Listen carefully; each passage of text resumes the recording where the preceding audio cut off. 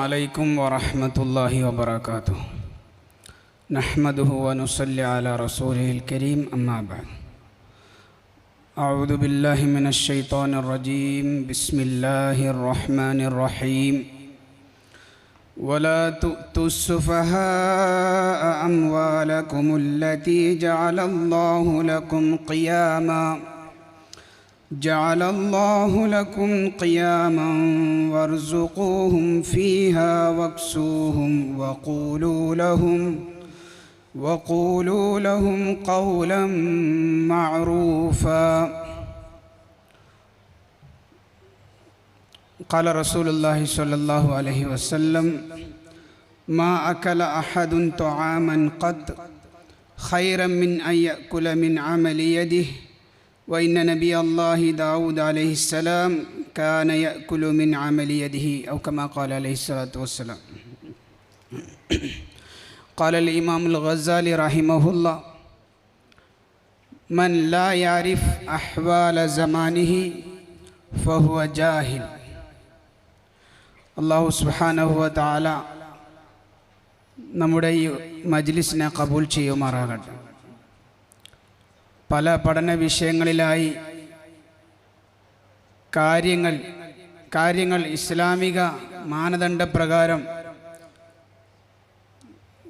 കഴിഞ്ഞ പ്രസംഗകർ നമ്മുടെ മുമ്പിൽ വിശദീകരിക്കുകയും വിശകലനം ചെയ്യുകയുമുണ്ടായി.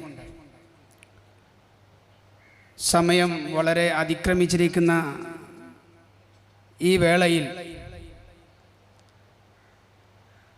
നമുക്ക് പരിചിതമായ പൗരാണിക കാലം മുതലേ ഉള്ള, എന്നാൽ കാലങ്ങൾക്ക് ശേഷം വ്യത്യസ്ത രൂപങ്ങളിലേക്ക് എത്തിച്ചേർന്ന സ്റ്റോക്ക് മാർക്കറ്റ് അല്ലെങ്കിൽ ഷെയർ മാർക്കറ്റിനെ സംബന്ധിച്ചാണ് ഞാൻ നിങ്ങളുടെ മുമ്പിൽ എൻ്റെ പഠനത്തിൽ കൂടി എൻ്റെ എളിയ അറിവനുസരിച്ച് നിങ്ങളുടെ മുമ്പിൽ പറയാൻ ആഗ്രഹിക്കുന്നത്. എന്നേക്കാൾ ഈ വിഷയത്തിൽ വളരെ കൂടുതൽ പ്രാവീണ്യമുള്ള, കഴിവുള്ള ആളുകൾ ഈ മജ്ലിസിലുണ്ട്. അവരോടുള്ളൊരു ക്ഷമാപണം ആയും, എന്നാൽ ഇതിനെപ്പറ്റി അറിയാത്തവർക്കുള്ള ഒരു അറിവായും, ഇതിനെ നടത്താൻ, ഈ കച്ചവടം അല്ലെങ്കിൽ ഈ ബിസിനസ്സിൽ ഏർപ്പെടാൻ ആഗ്രഹിക്കുന്നവർക്കൊരു പ്രോത്സാഹനമായും, എന്നാൽ ഇതിന് വലിയ താല്പര്യമില്ലാത്തവർക്ക് അവരോട് കുഴപ്പമില്ല, അതങ്ങനെ അതിൻ്റെ വഴിക്ക് പോയിക്കോട്ടെ എന്ന ഒരു ഉപദേശമായും ആണ് ഞാൻ അവതരിപ്പിക്കാൻ ഉദ്ദേശിക്കുന്നത്. പരിശുദ്ധമായ ദീനുൽ ഇസ്ലാം പരിശുദ്ധതയെ ഇഷ്ടപ്പെടുന്നുണ്ട്, പ്രേരിപ്പിക്കുന്നുണ്ട്, പ്രോത്സാഹിപ്പിക്കുന്നുണ്ട്. എല്ലാ കാര്യങ്ങളിലും നോക്കിയാൽ ഒരിക്കലും മനുഷ്യപ്രകൃതിക്ക് യോജിക്കാത്ത ഒന്നിനെയും ഇസ്ലാം പ്രേരിപ്പിക്കുകയോ പ്രോത്സാഹിപ്പിക്കുകയോ ചെയ്യുന്നില്ല. മനുഷ്യൻ്റെ എല്ലാ മേഖലകളിലും ഇസ്ലാം ഇടപെട്ടുകൊണ്ട് കൃത്യമായ മാർഗരേഖ വരച്ച് കാണിക്കുന്നുണ്ട്. എന്തിനേറെ അല്ലാഹു സുബ്ഹാനഹു വ തആല പറഞ്ഞ സമ്പത്ത് അത് ഖിയാമാണ്, അഥവാ മനുഷ്യൻ്റെ നിലനിൽപ്പിന് ആധാരമാണെന്ന് സർവശക്തനായ അല്ലാഹു തന്നെ മനുഷ്യരാശിയെ പഠിപ്പിച്ച ആ സമ്പത്ത്, അതിൻ്റെ സാമ്പത്തിക ശാസ്ത്രം, അതിൽ പോലും ഇസ്ലാമിൻ്റെ കൃത്യമായ മാർഗരേഖ ഏത് കാലഘട്ടത്തിലും വരച്ച് കാണിക്കപ്പെട്ടിട്ടുണ്ട്. അതിനെ കൃത്യമായി പഠിക്കാനും മനസ്സിലാക്കാനും ശ്രമിക്കൽ എനിക്കും നിങ്ങൾക്കും ഓരോരുത്തർക്കും ബാധ്യതയാണ്. സ്റ്റോക്ക് മാർക്കറ്റ് അല്ലെങ്കിൽ ഷെയർ മാർക്കറ്റ്, അതിനെ സംബന്ധിച്ച് വളരെ ചുരുക്കി പറഞ്ഞാൽ ആ പേരിൽ തന്നെയുണ്ട് സ്റ്റോക്ക് അല്ലെങ്കിൽ ഷെയർ, ഓഹരി എന്നർത്ഥം. നമ്മൾ സാധാരണ ന്യൂസ് പേപ്പറുകളിലൊക്കെ ഓഹരി വിപണി എന്ന ഒരു പേജിൻ്റെ ഒരു ഭാഗം നമ്മൾ കാണാറുണ്ട്, സാധാരണ വായിച്ചു വിടാറുണ്ട്. മാർക്കറ്റ് എന്ന് പറഞ്ഞാൽ ചന്ത അല്ലെങ്കിൽ അങ്ങാടി എന്നൊക്കെ നമുക്കതിന് മലയാള ട്രാൻസ്ലേഷൻ കൊടുക്കാം. നമുക്കറിയാം, സാധാരണ മാർക്കറ്റുകളിൽ വ്യത്യസ്തങ്ങളായ വസ്തുക്കൾ ലഭിക്കും. അരിയും പഞ്ചസാരയും ചായപ്പൊടിയും മുളക് പൊടിയെല്ലാം കിട്ടും. എന്നാൽ ഈ മാർക്കറ്റിൽ ഇവിടെ ലഭിക്കുന്നത്, അഥവാ സ്റ്റോക്ക് മാർക്കറ്റിൽ ലഭിക്കുന്നത് ഓഹരികളാണ്, സ്റ്റോക്കുകളാണ്, ഷെയറുകളാണ് കമ്പനികളുടെ. അതുപോലെ ഡിബെഞ്ചേഴ്സാണ്, അഥവാ കടപ്പത്രങ്ങളാണ്. വ്യാപാര ആവശ്യത്തിന് വേണ്ടി കമ്പനികൾക്ക് വായ്പ എടുക്കുന്നതുമായി ബന്ധപ്പെട്ടതാണ് കടപ്പത്രങ്ങൾ. അതുപോലെ സെക്യൂരിറ്റികൾ. ഈ മാർക്കറ്റിൽ ഇത്തരം കാര്യങ്ങളാണ് ലഭ്യമാകുന്നത്. ഇമാം ഖസാലി റഹ്മത്തുള്ളാഹി അലൈഹി പറഞ്ഞു, ഒരു പണ്ഡിതനെ സംബന്ധിച്ച് നാം മനസ്സിലാക്കുകയാണെങ്കിൽ കാലഘട്ടത്തിലെ അവസ്ഥകൾ കൃത്യമായി മനസ്സിലാക്കൽ കടമയാണ്. മൻ ലാ യഅരിഫ് അഹ്വാല സമാനിഹി ഫഹുവ ജാഹിൽ. ആര് തൻ്റെ കാലഘട്ടത്തിൽ ജീവിച്ചിരിക്കെ ആ കാലഘട്ടത്തിൻ്റെ അവസ്ഥകളെ, മാറ്റങ്ങളെ, വ്യത്യാസങ്ങളെ, നാട്ടിൽ നടക്കുന്ന കാര്യങ്ങളെ മനസ്സിലാക്കിയില്ലേ, അവൻ തീർച്ചയായും ജാഹിലാണ് എന്ന് പറയുകയുണ്ടായി. മറ്റ് പല പണ്ഡിതന്മാരും ഇതേ അർത്ഥത്തിൽ വരുന്ന വാക്കുകൾ ഉദ്ധരിച്ചതായി കിതാബുകളിൽ കാണാൻ സാധിക്കും. ആ അടിസ്ഥാനത്തിൽ സ്റ്റോക്ക് മാർക്കറ്റ് അല്ലെങ്കിൽ ഷെയർ മാർക്കറ്റ് എന്നതിനെ നമ്മൾ മനസ്സിലാക്കൽ അത്യാവശ്യമാണ്. കാരണം അതിൽ സാധാരണ മാർക്കറ്റുകളിൽ ഹറാമായതും ഹലാലായതുമെല്ലാം സാമ്പത്തിക വാണിജ്യ രംഗത്ത് കൃത്യമായി നടമാടിക്കൊണ്ടിരിക്കുന്നുണ്ട് എങ്കിൽ ഹലാൽ ഏത് ഹറാം ഏതെന്ന് വേർതിരിച്ച് മനസ്സിലാക്കൽ ഈ ഒരു രംഗത്തും അത്യാവശ്യമാണ്, അനിവാര്യമാണ്. ഏതിലും ഈ രണ്ട് പ്രധാനപ്പെട്ട കാര്യങ്ങൾ കടന്നു പിടിച്ചിട്ടുണ്ട്. ഹലാൽ ഇടം പിടിച്ചവിടത്ത് തന്നെ ഹറാമും ഇടം പിടിച്ചതായി നമുക്ക് കാണാൻ സാധിക്കും അതിൻ്റെ പഠനങ്ങളിലേക്ക് ഇറങ്ങി ചെല്ലുമ്പോൾ. ഞാൻ വളരെ സിമ്പിളായിട്ട് പറഞ്ഞ് മനസ്സിലാക്കി തരാം. ഒരു വീട്, ആ വീട്ടിലെ വ്യത്യസ്ത ഉത്തരവാദിത്തമുള്ള ആളുകളാണ്. ഒരു പിതാവ്, ഗൃഹനാഥൻ. ഗൃഹനാഥൻ്റെ ഉത്തരവാദിത്തമല്ല ആ വീട്ടിലെ മാതാവിന്. മാതാവിൻ്റെ ഉത്തരവാദിത്തമല്ല ആ വീട്ടിലെ മകന്. മകൻ്റെ ഉത്തരവാദിത്തമല്ല ആ വീട്ടിലെ മകൾക്ക്. അവരുടെ മക്കൾ, മറ്റാരെല്ലാം ഉണ്ടോ അനുബന്ധമായിട്ട് അവർക്കെല്ലാം വ്യത്യസ്ത ഉത്തരവാദിത്തങ്ങളാണ് എന്ന കാര്യം നമുക്കറിയാം. ഇതേപോലെ സ്റ്റോക്ക് മാർക്കറ്റ് എന്നതിന് നാം ഒരു കെട്ടിടത്തോട് ഇമാജിൻ ചെയ്താൽ, ഒന്ന് തസവൂറാക്കിയാൽ, ഒന്ന് നമ്മൾ മനസ്സിലിങ്ങനെ കാണുക. സ്റ്റോക്ക് മാർക്കറ്റ് ഒരു കെട്ടിടം. ഈ കെട്ടിടത്തിൽ പല വ്യക്തികൾ പാർട്ടിസിപ്പൻ്റാണ്, അതിൽ പങ്കാളികളാണ്. ആ ആളുകളെ സംബന്ധിച്ച് വിശദമായ പഠനങ്ങളുണ്ട്. നമ്മുടെ മശായിഖ്മാർ കഴിഞ്ഞ വർഷങ്ങളിലെല്ലാം പല പരിപാടികളിലും കൃത്യമായി മണിക്കൂറുകൾ എടുത്തുകൊണ്ട് അതിനെ വിശദീകരിച്ചിട്ടുണ്ട്. ഈ ഒരു കുറഞ്ഞ വേളയിൽ ജസ്റ്റ് ചെറുതായിട്ടൊന്ന് നിങ്ങൾക്ക് മുമ്പിൽ പരിചയപ്പെടുത്താനാണ് ഞാൻ ആഗ്രഹിക്കുന്നത്. അപ്പോൾ സ്റ്റോക്ക് മാർക്കറ്റ് എന്നൊരു കെട്ടിടം, അതിലെ പ്രധാനപ്പെട്ട ഒരു പങ്കാളിയാണ് IPO അഥവാ ഇനീഷ്യൽ പബ്ലിക് ഓഫറിംഗ് എന്ന ഒരു പ്രക്രിയ.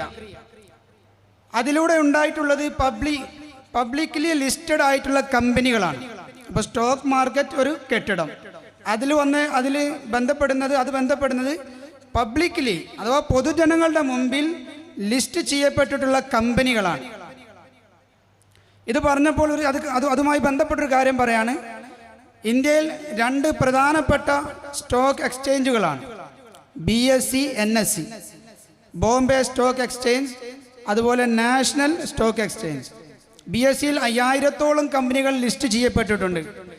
NSEയിൽ ഏകദേശം 2000-ഓളം കമ്പനികൾ ലിസ്റ്റ് ചെയ്യപ്പെട്ടിട്ടുണ്ട്. ഇത് രണ്ടും ബോംബെ അടിസ്ഥാനമായി, ബോംബെയിലാണ് ഇത് നടന്നു പോകുന്നത്. അപ്പോൾ സ്റ്റോക്ക് മാർക്കറ്റ് എന്ന അതുമായി ബന്ധപ്പെട്ടതാണ് പബ്ലിക്കലി ലിസ്റ്റഡ് കമ്പനികൾ. ഇനി ഈ സ്റ്റോക്ക് മാർക്കറ്റുകളുമായി ബന്ധപ്പെട്ട മറ്റൊരു ടീമാണ് ബ്രോക്കർമാർ. അഥവാ സ്റ്റോക്ക് മാർക്കറ്റിൽ നിന്നും നമുക്കൊരു ഷെയർ, ഒരു കമ്പനിയുടെ ഷെയർ വാങ്ങണമെങ്കിൽ നേരിട്ട് വാങ്ങാൻ സാധ്യമല്ല. അതിൻ്റെ ഇടയാളന്മാരാണ് ബ്രോക്കർമാർ. എന്താ ബ്രോക്കർ? അതിനെപ്പറ്റി നമ്മൾ പറയും ഇൻഷാ അല്ലാഹ്. ആ ബ്രോക്കേഴ്സിൽ നിന്നുമാണ് ഇൻവെസ്റ്റേഴ്സ് പല രൂപത്തിലുണ്ട്. മ്യൂച്വൽ ഇൻവെസ്റ്റേഴ്സ് ഉണ്ട്, ഫോറിൻ ഇൻവെസ്റ്റേഴ്സ് ഉണ്ട്, കുറേ ഉണ്ട്. കൂടുതൽ വിശദീകരിക്കാൻ നിന്ന സമയം യോജിക്കുകയില്ല. ഇൻവെസ്റ്റേഴ്സ് ബ്രോക്കേഴ്സ് മുഖേനയാണ് സ്റ്റോക്ക് മാർക്കറ്റിൽ നിന്നും സ്റ്റോക്കുകൾ ഷെയറുകൾ വാങ്ങിയെടുക്കുന്നത്. സ്റ്റോക്ക് മാർക്കറ്റിലെ കമ്പനികൾ ഞാൻ നേരത്തെ പറഞ്ഞതുപോലെ പബ്ലിക്കലി ലിസ്റ്റഡ് കമ്പനീസ് ആയിരിക്കും, IPO മുഖേനയായിട്ടുള്ള. ഇനി ഇതുമായി ബന്ധപ്പെട്ട മറ്റൊരു പാർട്ടിസിപ്പൻ്റാണ് ഡിമാറ്റ് അക്കൗണ്ട്, ട്രേഡിംഗ് അക്കൗണ്ട്. 2 അക്കൗണ്ടുകൾ, അഥവാ നമ്മളെല്ലാവരും സാധാരണയായി നമ്മുടെ ജീവിത ആവശ്യങ്ങൾക്ക് വേണ്ടി ഉപയോഗിക്കുന്ന സേവിങ് അക്കൗണ്ട്, അതിനോട് ബന്ധിപ്പിച്ചുകൊണ്ട് ഉണ്ടാകുന്ന ഈ സ്റ്റോക്ക് മാർക്കറ്റിൽ ഇൻവെസ്റ്റ് ചെയ്യാൻ നമ്മൾ ഉദ്ദേശിക്കുമ്പോൾ നമുക്ക് ഉണ്ടാകേണ്ട 2 അക്കൗണ്ടുകളാണ് trading account, demat account. Trading account എന്ന് പറഞ്ഞാൽ നമ്മുടെ സേവിങ് അക്കൗണ്ടിൽ നിന്നും നാം ഉദ്ദേശിക്കുന്ന നിശ്ചിത കമ്പനിയുടെ ഷെയറുകൾ വാങ്ങാൻ വേണ്ടി പൈസ സ്വരുക്കൂട്ടി വെക്കുന്ന അക്കൗണ്ടാണ് ട്രേഡിംഗ് അക്കൗണ്ട്. ഡിമാറ്റ് അക്കൗണ്ട് എന്ന് പറഞ്ഞാൽ ആ സ്വരുക്കൂട്ടി വെച്ച പൈസയിൽ നിന്നും നമ്മൾ ഉദ്ദേശിക്കുന്ന കമ്പനിയുടെ ഷെയർ വാങ്ങിയതിന് ശേഷം ആ ഷെയറുകൾ സൂക്ഷിക്കുന്ന അക്കൗണ്ടാണ് ഡിമാറ്റ് അക്കൗണ്ട്.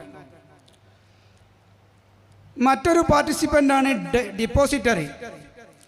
ഡിപ്പോസിറ്ററി എന്ന് പറഞ്ഞാൽ നമ്മുടെ ഡിമാറ്റ് അക്കൗണ്ട്, അഥവാ നമ്മൾ ഷെയറുകൾ വാങ്ങി സൂക്ഷിച്ചിട്ടുണ്ട്, അതിനെ കൃത്യമായി ഓപ്പൺ ചെയ്യുന്നതും ക്ലോസ് ചെയ്യുന്നതൊക്കെ ഡിപ്പോസിറ്ററി ടീമാണ്. മറ്റൊരു പ്രധാനപ്പെട്ട ടീമാണ് ക്ലിയറിംഗ് ഹൗസ്.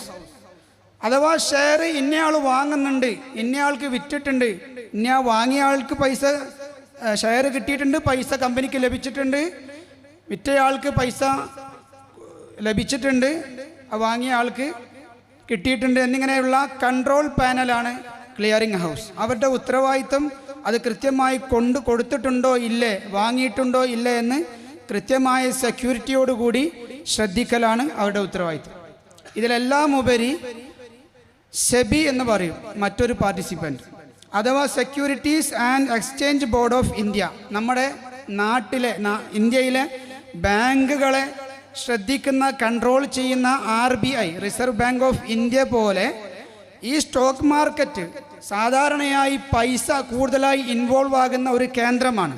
അതുകൊണ്ട് തന്നെ ധാരാളം ഹൈലി സ്പെക്കുലേഷൻ, അഥവാ അങ്ങേയറ്റത്തെ ഉയർന്ന വഞ്ചനാ സാധ്യതകൾ, ചതിക്ക് സാധ്യതകളൊക്കെ ഉള്ള ഒരു ഏരിയയാണ്, ഇടമാണ്.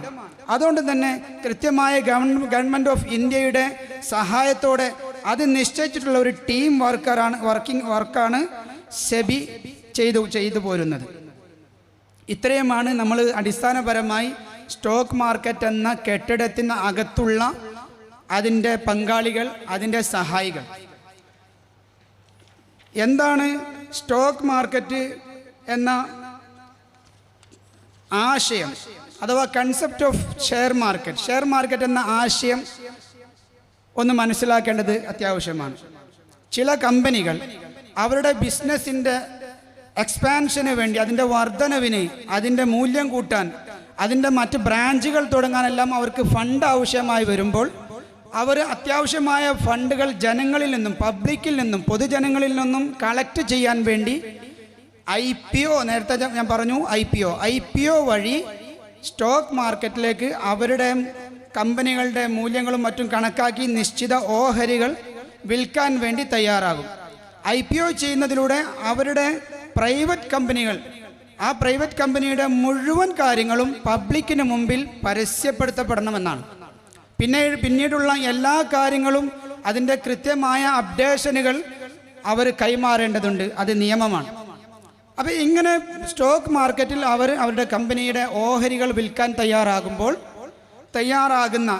തയ്യാറാകുന്ന ഈ ആശയമാണ് ഷെയർ മാർക്കറ്റിലൂടെ മനസ്സിലാക്കേണ്ടത്. കൂടുതൽ അതിനെപ്പറ്റി വിശദീകരിക്കുന്നില്ല. മറ്റൊരു കാര്യമാണ് കാറ്റഗറീസ് ഓഫ് ട്രേഡിംഗ്, ഓഹരി ഇടപാടുകളുടെ ഇനങ്ങൾ. 2 പ്രധാനപ്പെട്ട വിഭാഗമാണ്. ഒന്ന് intraday trading, 2 delivery trading, regular trading എന്നും അതിന് പറയാറുണ്ട്. ഇൻട്രാഡേ ട്രേഡിംഗ് എന്ന് പറഞ്ഞാൽ ഒരേ ദിവസം തന്നെ ഓഹരികൾ വിൽക്കുകയും വാങ്ങുകയും ചെയ്യപ്പെടുന്ന ഒരു രൂപമാണ്. ഇന്ന് രാവിലെ വാങ്ങിയിട്ടുണ്ടെങ്കിൽ ഇന്ന് വൈകുന്നേരം, അഥവാ സാധാരണ ഇതിൻ്റെ സമയം 9:15 മുതൽ, മാർക്കറ്റ് ഓപ്പൺ ആകുന്നത് 9:15 മുതൽ വൈകിട്ട് 3:30 വരെയാണ്. അതോടുകൂടി ക്ലോസ് ആകും. ആഴ്ചയിൽ തിങ്കൾ മുതൽ വെള്ളി വരെയാണ് ഇതിൻ്റെ ദിവസം. ഇങ്ങനെ ഒരേ ദിവസം തന്നെ ഓഹരികൾ വാങ്ങുകയും വിൽക്കുകയും ചെയ്യപ്പെടുന്ന ഒരു രൂപമാണ്.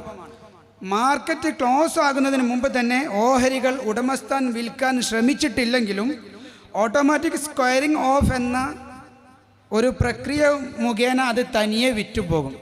സത്യത്തിൽ ഈ ഇൻട്രാഡേ ട്രേഡിംഗ് ഇസ്ലാം ഒരിക്കലും അംഗീകരിക്കുന്നില്ല. പരിശുദ്ധമായ ഹദീസ് അതിന് തെളിവാണ്. ലാ തബി മാ ലൈസ ഇൻദക് ഔ കമാ ഖാല അലൈഹി സ്വലാത്തു വസ്സലാം, നിന്റെ പക്കലില്ലാത്ത, നിന്റെ ഖബലയിൽ, നിന്റെ ഉടമസ്ഥതയിൽ വരാത്തതിനെ നീ വിൽക്കരുത്, വാങ്ങരുത് എന്ന് റസൂലുള്ളാഹി സ്വല്ലല്ലാഹു അലൈഹി വസല്ലം പറഞ്ഞു. ഇത് തന്നെയാണ് അതിന് വ്യക്തമായ തെളിവ്. അതുകൊണ്ട് ചുരുക്കി പറയാണ്, ഇൻട്രാഡേ ട്രേഡിംഗ് ഒരു നിലക്കും അനുവാദമില്ല. നമ്മുടെ എത്രയോ സുഹൃത്തുക്കൾ ഇതുമായി ബന്ധപ്പെട്ട്, മുസ്ലിം സഹോദരങ്ങൾ ഇതുമായി ബന്ധപ്പെട്ട് ന്യായീകരിച്ചും മറ്റും ഇൻട്രാഡേ ട്രേഡിംഗ് ചെയ്തുകൊണ്ടിരിക്കുന്നുണ്ട്. വ്യക്തമായി മനസ്സിലാക്കുക, അത് തെറ്റാണ്. ഇൻട്രാഡേ ട്രേഡിങ്ങുമായി ബന്ധപ്പെട്ട അനുബന്ധമായ കുറച്ച് നിഷിദ്ധമായ ഇടപാടുകളാണ് ഷോർട്ട് സെല്ലിംഗ്, അതുപോലെ F&O, ഫ്യൂച്ചർ ആൻഡ് ഓപ്ഷൻ, അതുപോലെ സ്കാൽപ്പിംഗ് പറഞ്ഞു പോലുള്ളത്. ഇതിലെല്ലാം ഹൈലി സ്പെക്കുലേഷൻ അഥവാ ഖറർ, കൃത്യമായ വഞ്ചനയും ചതിയും ഒക്കെ ഇതിൽ വരുന്നുണ്ട്. മാത്രമല്ല ഖബലയിൽ വരുന്നില്ല, ഉടമസ്ഥതയിൽ വരുന്നില്ല. ഡെലിവറി ട്രേഡിംഗ് അത് ഇസ്ലാമികമായി കർമ്മശാസ്ത്രപരമായി അംഗീകരിച്ചിട്ടുള്ളതാണ്. പല നിയമങ്ങളുണ്ട്, പല നിബന്ധനകളുണ്ട്. ഇൻട്രാഡേ ട്രേഡിങ്ങിൽ പറഞ്ഞതല്ലാത്ത നേരെ വിപരീതമാണ് ഡെലിവറി ട്രേഡിങ്ങിൽ വരുന്നത്. അതിൻ്റെ വ്യത്യസ്ത രൂപങ്ങളാണ് long term trading, swing trading, positional trading പോലെയുള്ളത്. അഥവാ ഇന്ന് ഒരു കമ്പനിയുടെ ഒരു ഷെയർ വാങ്ങിയാൽ T+1 ആണ് ഇപ്പോൾ നിലവിലുള്ളത്. അഥവാ ട്രേഡിംഗ് പ്ലസ് 1 ഡേ. ഇന്ന് വാങ്ങിയാൽ നാളത്തെ ഒരു ദിവസവും കഴിഞ്ഞ് മറ്റൊന്ന് നമ്മുടെ ഡിമാറ്റ് അക്കൗണ്ടിലേക്ക് ആ ഷെയർ കൃത്യമായി വന്നു, നമ്മുടെ ഉടമസ്ഥതയിലെത്തി. ആ ഒരു ഖബല കൃത്യമായി വന്നു. ഇനി നമുക്ക് മറ്റൊന്ന് മുതൽ എന്ത് ചെയ്യാം? ആ ഷെയർ വില കൂടി കണ്ടാൽ അതിനെ വിൽക്കാം, വില കൂടിയില്ല ലോങ് ടൈമിലേക്ക് വേണമെങ്കിൽ നമുക്ക് നീട്ടിക്കൊണ്ടു പോകാം. അതുകൊണ്ട് അതിൽ കൃത്യമായ മാനദണ്ഡങ്ങൾ ശ്രദ്ധിക്കപ്പെടുന്നതിനാൽ ഡെലിവറി ട്രേഡിങ്ങിനാണ് അനുവാദം കൊടുത്തിട്ടുള്ളത്. പിന്നെ ഈ ഷെയറുകളുടെ വില വർധനവും മറ്റൊക്കെ ഉണ്ടാകുന്നത് ആ കമ്പനിയുടെ പെർഫോമൻസും മറ്റും കാരണമായിട്ടാണ്. അതിന് സാധാരണ ഡിമാൻഡ് ആൻഡ് സപ്ലൈ എന്ന് പറയും. അഥവാ ഡിമാൻഡ് കൂടുമ്പോൾ ഷെയറുകളുടെ വില 10 രൂപയായിരുന്നത് 2 ദിവസം കഴിഞ്ഞാൽ ചിലപ്പോൾ അതിന് ഡിമാൻഡ് കൂടും. ഡിമാൻഡ് കൂടാൻ കാരണം അതിൻ്റെ കമ്പനി പെർഫോമൻസുകളൊക്കെ ആയിരിക്കും. അപ്പോൾ 10 രൂപ എന്നുള്ളത് ചിലപ്പോൾ 20 രൂപയിലേക്ക് എത്തും, 20 രൂപ എന്നുള്ള ചിലപ്പോൾ 40 രൂപയിലേക്ക് എത്തും. അങ്ങനെ വില വർധന ഉണ്ടാകും, സപ്ലൈ ഉണ്ടാകും, അഥവാ വില ഇടിവും ഉണ്ടാകും. അതനുസരിച്ച് നമ്മൾ വാങ്ങിയ ഷെയറിൻ്റെ വില കുറയാനും അത് വളരെ താഴോട്ട് പോകാനും എല്ലാത്തിനും സാധ്യതയുള്ള മേഖലയാണ്. മറ്റൊരു കാര്യം പ്രധാനമായിട്ടും ശ്രദ്ധിക്കേണ്ടത് അനലൈസിങ് കമ്പനീസ് അഥവാ കമ്പനികളെ നിരൂപണം ചെയ്യൽ, വിശകലനം ചെയ്യൽ. 3 രൂപത്തിലാണ് നമുക്കൊരു കമ്പനിയെ വിശകലനം ചെയ്യാൻ സാധിക്കുന്നത്. ഒന്ന് ഫണ്ടമെൻ്റൽ അനാലിസിസ് അഥവാ അടിസ്ഥാനപരമായ അതിൻ്റെ വിശകലനം. 2 ടെക്നിക്കൽ അനാലിസിസ് അഥവാ സാങ്കേതികമായ വിശകലനം. 3 ശരിയ അനാലിസിസ് അഥവാ ശരീഅത്ത് എന്ത് പറയുന്നു, ഈ കമ്പനിയുടെ ഷെയർ വാങ്ങാവോ ഇല്ലേ എന്നിങ്ങനെയുള്ളത്. കൂടുതൽ വിശദീകരിക്കാൻ സമയമില്ല. ഫണ്ടമെൻ്റൽ നമുക്ക് ആ വാക്ക് പറഞ്ഞതുപോലെ തന്നെ അടിസ്ഥാനപരമായി ആ കമ്പനിയുടെ അവസ്ഥകൾ, അതിൻ്റെ ഡെപ്ത്, അതിൻ്റെ ബിസിനസ് പെർഫോമൻസുകൾ ഇതെല്ലാം നോക്കിക്കൊണ്ട് നമുക്ക് അനലൈസ് ചെയ്യാൻ സാധിക്കും. ടെക്നിക്കൽ അനാലിസിസ് എന്ന് പറഞ്ഞാൽ നിലവിൽ ഇപ്പോൾ ഡെയിലിയുള്ള അതിൻ്റെ ക്യാൻഡിൽസ് അനാലിസിസിങ് അഥവാ അതിൻ്റെ അതിൻ്റെ രേഖകൾ, അതിൻ്റെ സൂചികകൾ ഉയർന്നതും താഴ്ന്നതുമായിട്ടെല്ലാം മനസ്സിലാക്കിക്കൊണ്ടും അതിൻ്റെ ഈ നിലവിലെ വോള്യം, അതായത് ധാരാളം ആളുകൾ ആ ഷെയർ വാങ്ങുന്നു, കുറച്ചാളുകൾ വാങ്ങുന്നില്ല, അല്ലെങ്കിൽ കുറച്ചാളുകളെ വാങ്ങുന്നുള്ളൂ, ധാരാളവും വാങ്ങുന്നില്ല എന്നിങ്ങനെയുള്ള സാങ്കേതിക അനലൈസിലൂടെ നമുക്ക് ആ കമ്പനിയെ വിശകലനം ചെയ്യാൻ സാധിക്കും. ഏറ്റവും ഇമ്പോർട്ടൻ്റ് ആയതാണ് മൂന്നാമത്തേത് ശരിയ കംപ്ലയൻസ് അഥവാ ശരിയ സംബന്ധമായ വിശകലനം. കർമ്മശാസ്ത്രപരമായി ഒരു അറിയപ്പെട്ട പൊതുവായ കാര്യം നമ്മൾ മനസ്സിലാക്കേണ്ടത് മുആമലാത്ത് അഥവാ ഇടപാടുകളുടെ വിഷയത്തിൽ നിഷിദ്ധമെന്ന് സ്ഥിരപ്പെടാത്ത എല്ലാ കാര്യങ്ങളും ഹലാലാണ്. എന്നാൽ ഇബാദത്തുകളുടെ വിഷയത്തിൽ എന്താണോ കൽപ്പിക്കപ്പെട്ടത്, എന്താണോ നിരോധിക്കപ്പെട്ടത്, അതങ്ങനെ തന്നെ ഗൗനിക്കണമെന്നാണ്. ഇത് പൊതു തത്വമാണ്, അറിയപ്പെട്ട കാര്യമാണ്. അതുകൊണ്ട് ചില കച്ചവട രീതികൾ പാടില്ല എന്ന് റസൂലുള്ളാഹി സ്വല്ലല്ലാഹു അലൈഹി വസല്ലമ തങ്ങളുടെ ഹദീസുകൾ നമ്മളെ പഠിപ്പിക്കുന്നുണ്ട്. അതല്ലാത്തത് നോക്കിയാൽ, അതില്ലാത്ത കാര്യങ്ങൾ നോക്കിയാൽ ആ ബിസിനസ് സാഹചര്യങ്ങൾ അത് നമുക്ക് കൃത്യമായിട്ട് അതിനെ മുന്നോട്ട് കൊണ്ടുപോകുന്നതിൽ യാതൊരു തടസ്സമില്ല എന്ന് മഹാന്മാരായ ഫുഖഹാ നമ്മുടെ മുമ്പിൽ വിശദീകരിക്കുന്നുണ്ട്. ഇതുപ്രകാരം ഷെയർ മാർക്കറ്റ് എന്ന ആശയത്തിന് ചില കാര്യങ്ങൾ ശ്രദ്ധിക്കുകയും ഗൗനിക്കുകയും ചെയ്താൽ വലിയ പ്രശ്നങ്ങളൊന്നും ഉണ്ടാവുകയില്ല. ഒരു കമ്പനിയുടെ ഷെയർ വാങ്ങുന്ന വ്യക്തികൾ കർമ്മശാസ്ത്രപരമായി യഥാർത്ഥത്തിൽ ഷിർക്കത്തിലും ചിലപ്പോൾ നേരത്തെ പറഞ്ഞു ഉസ്താദ് അവർകൾ മുലാറബ അല്ലെങ്കിൽ കിറാൽ അതിലും ഏർപ്പെട്ടിരിക്കുന്ന പോലെയാണ് മനസ്സിലാക്കാൻ സാധിക്കുന്നത്. ആയതിനാൽ തന്നെ പണ്ഡിതന്മാർ ചില നിബന്ധനകൾ പാലിച്ചുകൊണ്ട് കമ്പനികളുടെ ഷെയറുകൾ വാങ്ങുന്നതിനുള്ള അനുവാദം നൽകിയിട്ടുണ്ട്. ഒന്ന്, വളരെ സിമ്പിളായിട്ട് പറയാണ്, ഒന്ന്, കമ്പനി നിഷിദ്ധമായ കാര്യങ്ങളുമായി ബന്ധപ്പെട്ട ഇടപാടുകൾ നടത്താത്തതായിരിക്കണം. പല കാര്യങ്ങളുണ്ട്, പലിശ ബാങ്കുകൾ, അതുപോലെ കള്ള് കച്ചവടങ്ങൾ, മൂവികൾ, സിനിമ കമ്പനികൾ, അതുപോലെ ഗാംബ്ലിംഗ് ചൂതാട്ടങ്ങൾ, അതുപോലെ പോർക്ക് ബിസിനസ്, അതുപോലെ പോൺ മേഖലകൾ, എന്തെല്ലാം ഉണ്ടോ ഇത്തരം നിഷിദ്ധമായ മുഴുവൻ കാര്യങ്ങളുമായും ഒന്നുപോലും കമ്പനി നാം വാങ്ങാൻ വിചാരിക്കുന്ന ഷെയർ ഉള്ള കമ്പനി അതുമായി ഒരിക്കലും ഒരു ബന്ധവും ഉണ്ടാകരുത്. ഉണ്ടെങ്കിൽ തീർച്ചയായും ആ കമ്പനിയുടെ ഷെയർ വാങ്ങാൻ അനുവാദമില്ല, ഹറാമാണ്. രണ്ടാമത്തെ നിബന്ധന, ഏതൊരു കമ്പനിയുടെ ഷെയറുകളാണോ നാം വാങ്ങിക്കുവാൻ ഉദ്ദേശിക്കുന്നത് അതിൻ്റെ ഉപകരണങ്ങളും കെട്ടിടങ്ങളും ഉൽപ്പന്നങ്ങളും നിലവിലുണ്ടായിരിക്കണം. അഥവാ ലിക്വിഡ് അസറ്റ്, ഇല്ലിക്വിഡ് അസറ്റ് എന്നീ രണ്ട് കാര്യങ്ങൾ. ഇല്ലിക്വിഡ് അസറ്റാണ് ഈ പറഞ്ഞവ, അസറ്റുകൾ ഉണ്ടായിരിക്കണം. കുറച്ച് ചില കമ്പനികളുണ്ട് ഇല്ലിക്വിഡ് അസറ്റ് മാത്രം, ക്യാഷ് മാത്രം ഉണ്ടാവുള്ളൂ, എല്ലാവരുടെ നിന്നും ക്യാഷൊക്കെ കളക്ട് ചെയ്ത് പിന്നീട് കമ്പനി തുടങ്ങുള്ളൂ. ആ അവസ്ഥയിലും അവരുടെ ഷെയറുകൾ വിൽക്കുകയും വാങ്ങുകയും ചെയ്യപ്പെടുന്ന അവസ്ഥാ രീതി വിശേഷമുണ്ട്. ആ സന്ദർഭത്തിൽ പറയുന്നത്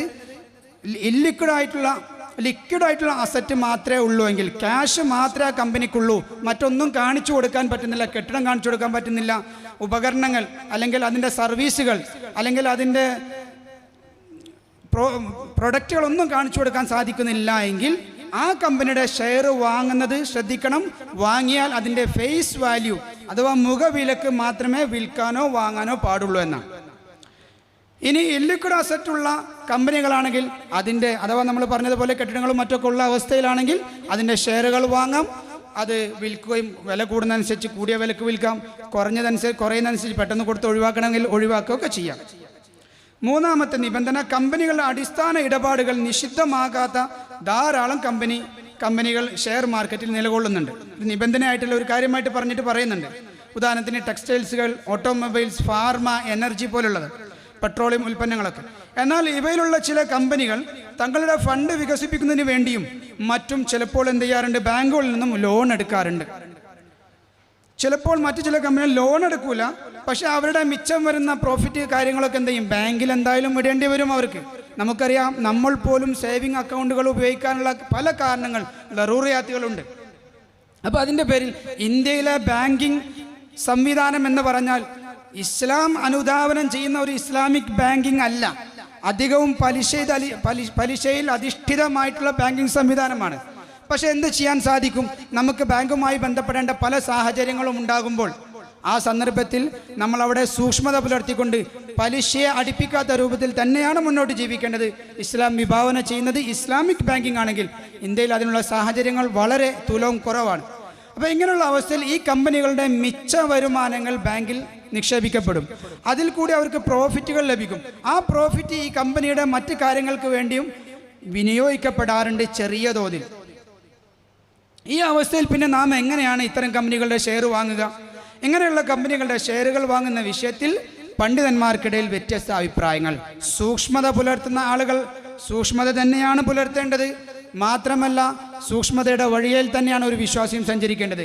പണ്ഡിതന്മാർ പറഞ്ഞത്, ഈ കമ്പനികൾ ചെറിയ രൂപത്തിലാണെങ്കിൽ പോലും നിഷിദ്ധമായ കാര്യങ്ങളുമായി ബന്ധപ്പെടുന്നതിനാൽ ഒരു വിശ്വാസിക്ക് അതൊരിക്കലും അനുവാദമില്ല. അഥവാ ചെറിയ രൂപത്തിലെങ്കിലും പലിശയുമായി ബന്ധപ്പെടുന്ന കമ്പനികളാണെങ്കിൽ അവരുടെ ഷെയർ വാങ്ങണ്ട. പിന്നെ അങ്ങനെ ബന്ധപ്പെടാത്ത കമ്പനികൾ ഉണ്ടെങ്കിൽ ഹലാൽ ലിസ്റ്റിൽ ഉണ്ടാകും.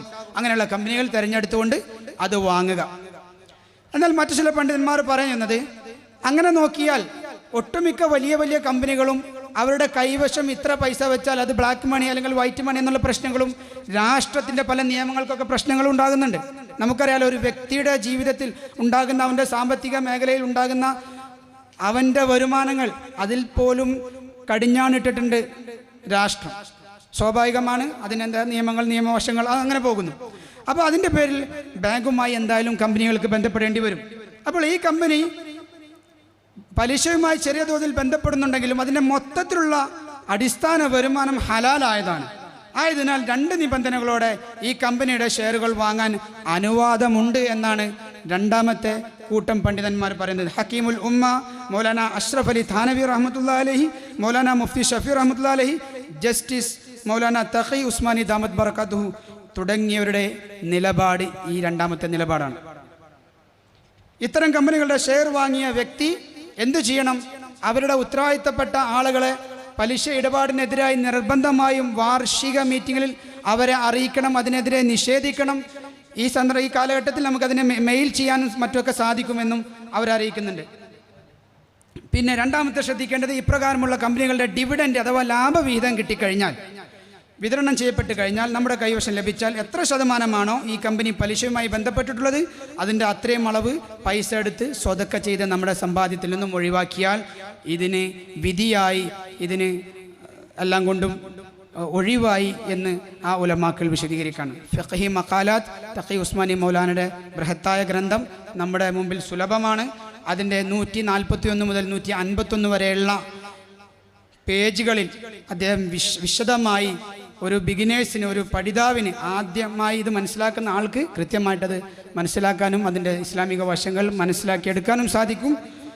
കൂടുതലൊന്നും നീട്ടിക്കൊണ്ടു പോകുന്നില്ല.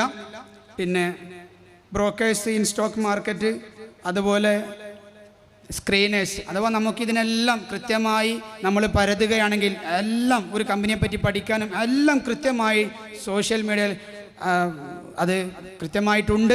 സ്ക്രീനേഴ്സ് ഇസ്ലാമിക് സ്റ്റോക്സ് അടിച്ചു നോക്കിയാലും അതിലെല്ലാം ധാരാളം പണ്ഡിതന്മാരുടെ വീക്ഷണപ്രകാരം കൃത്യമായിട്ട് അതിന് നിശ്ചിത മാനദണ്ഡം വെച്ചുകൊണ്ട് ആ കമ്പനിയുടെ പേര് ടൈപ്പ് ചെയ്ത് കൊടുത്താൽ തന്നെ അത് ഹലാലാണോ, 5 കാര്യങ്ങളിൽ അത് പാസ്സാണോ അല്ലേ എന്നൊക്കെ വ്യക്തമായി നമ്മുടെ മുമ്പിൽ അത് വിശദീകരിക്കുന്ന എല്ലാ നിലക്കുള്ള സജ്ജീകരണങ്ങളും ഉണ്ടായിരിക്കെ നാം അത് മനസ്സിലാക്കാൻ ഉദ്ദേശിക്കുന്നുണ്ടെങ്കിൽ തീർച്ചയായും കൂടുതൽ പഠനത്തിന് വിധേയമാക്കണമെന്ന് ഈ വൈകിയ വേളയിൽ ഞാൻ അറിയിച്ചുകൊണ്ട് അല്ലാഹു സുബ്ഹാനഹു വ തആല നമ്മുടെ പഠനങ്ങളെയും നമ്മുടെ ജീവിതത്തെയും നേർവഴിയിലാക്കിക്കൊണ്ട് മുന്നോട്ട് പോകാൻ നല്ല തൗഫീഖ് നൽകട്ടെ എന്ന് പ്രാർത്ഥിച്ചുകൊണ്ട് ഞാൻ എൻ്റെ വാക്കുകൾ ഉപസംഹരിക്കുന്നു. വആഖിറു ദുആഇ അൽഹംദുലില്ലാഹി റബ്ബിൽ ആലമീൻ. അസ്സലാമു അലൈക്കും വറഹ്മത്തുള്ളാഹി. ജസാക്കുമുല്ലാഹ്.